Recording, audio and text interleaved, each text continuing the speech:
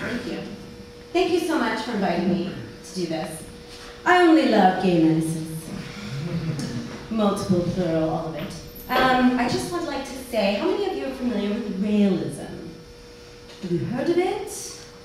Marcus, of course you are. Boo tag boy. Realism is the largest UFO religion in the world.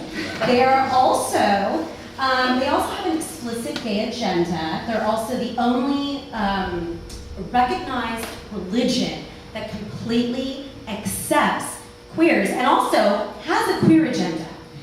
Part of the queer agenda is having California be just a gay state, just break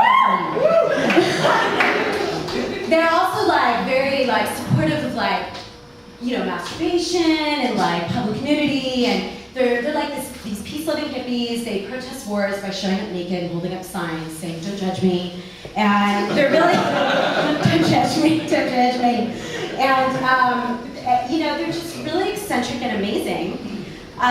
One of their things is that they believe that it's not that there is no God, but that God has been confused for the aliens, and that aliens were the ones who actually created humans as an experiment, the grand laboratory experiment, and that all of the religious texts in the world have referred to the aliens, but being referring to them as God.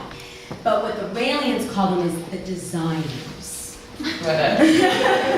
And their belief is that cloning is going to be how we basically survive. So that's just a little background on what I'm doing tonight. It's ready. Travel with me to 2025, people. This piece is called "Do Not Argue with the Designers,"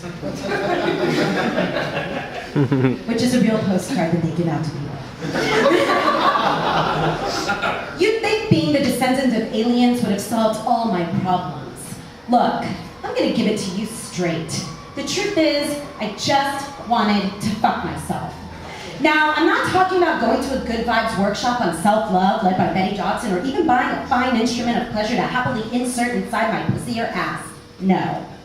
I'm saying that I wanted to actually fuck myself.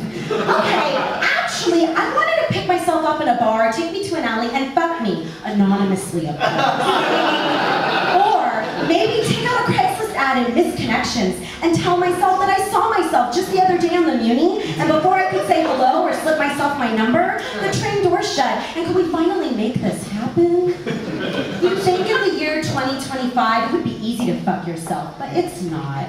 Really, it takes years, sometimes decades, and by then you lose interest. But my mama didn't raise a quitter. No, sir. I thought if I just went to a hug-in or even a seminar, I would have earned enough cred. I even offered up my services and knowledge as a chemist and molecular biologist and former sex worker, current polyamorous, curve queer. I traveled from New Mexico by way of my thong just to get to the gay state of California, the first and only 100% LGBT state in the new union. I worked super hard. I thought if I could just meet them, let them get to know me, that they'd trust me. They'd see how worthy I was, but I fucking goofed. You don't have to prove you're worthy because everyone is worthy. That's right, anyone can join. What kind of fucking religion is this? I mean, for fuck's sake, have some goddamn decency. So, I got a job in one of their labs in Sacramento, which I hate.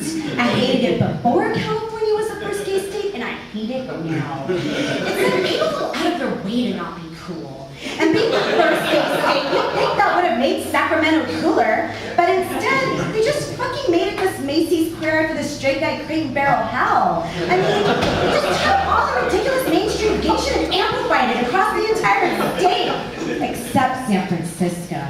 That was the part of the agenda, though they'll never tell you that. They'll never tell you that there was a secret gay agenda, just a secret agenda that happened to involve gays. And besides, there are no labs in San Francisco, so I had to settle for Sacramento.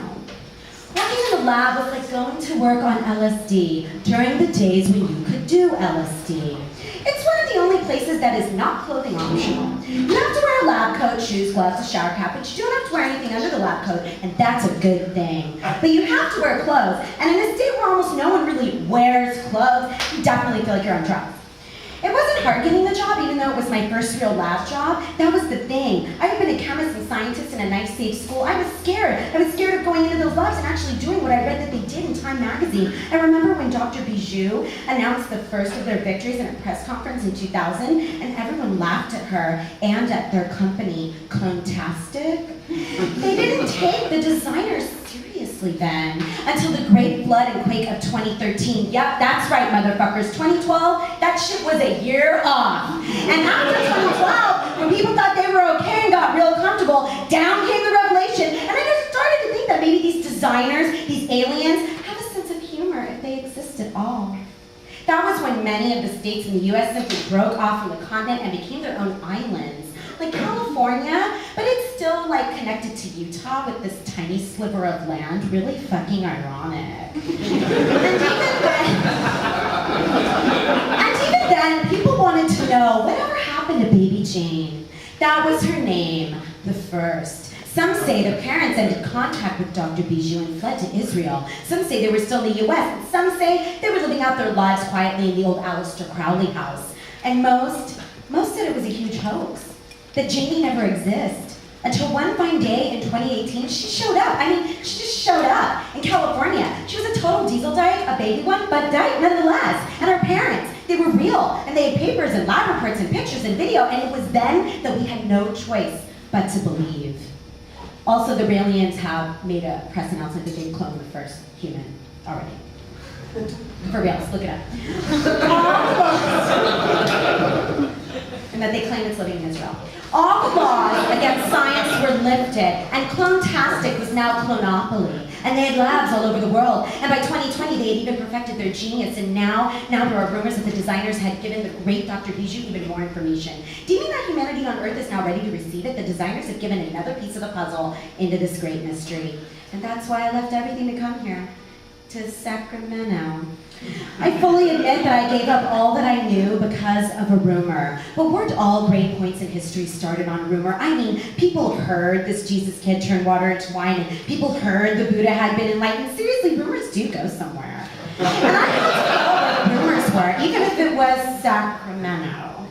I've been working at the lab for almost 6 months, and today started out like any other day. And after 5 years, my body has finally gotten used to the coffee ban, since it ruins your genetic code. And ruining nature is abusive, and being abusive is violent, and you get the picture.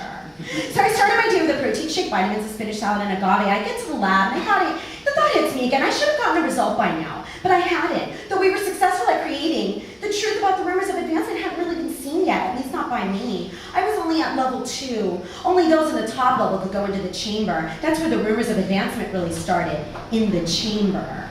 Rumors about exact replicas. See, remember how I told you that it is possible to fuck yourself? Well, that takes waiting until yourself grows up. I'm 25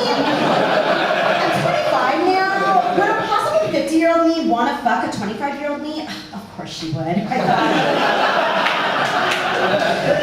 But say it's the other way around. Would the 25 want to fuck the 50, and would we even look the same anymore? Would it bring out a mommy-girl relationship? After all, I would be my own creator.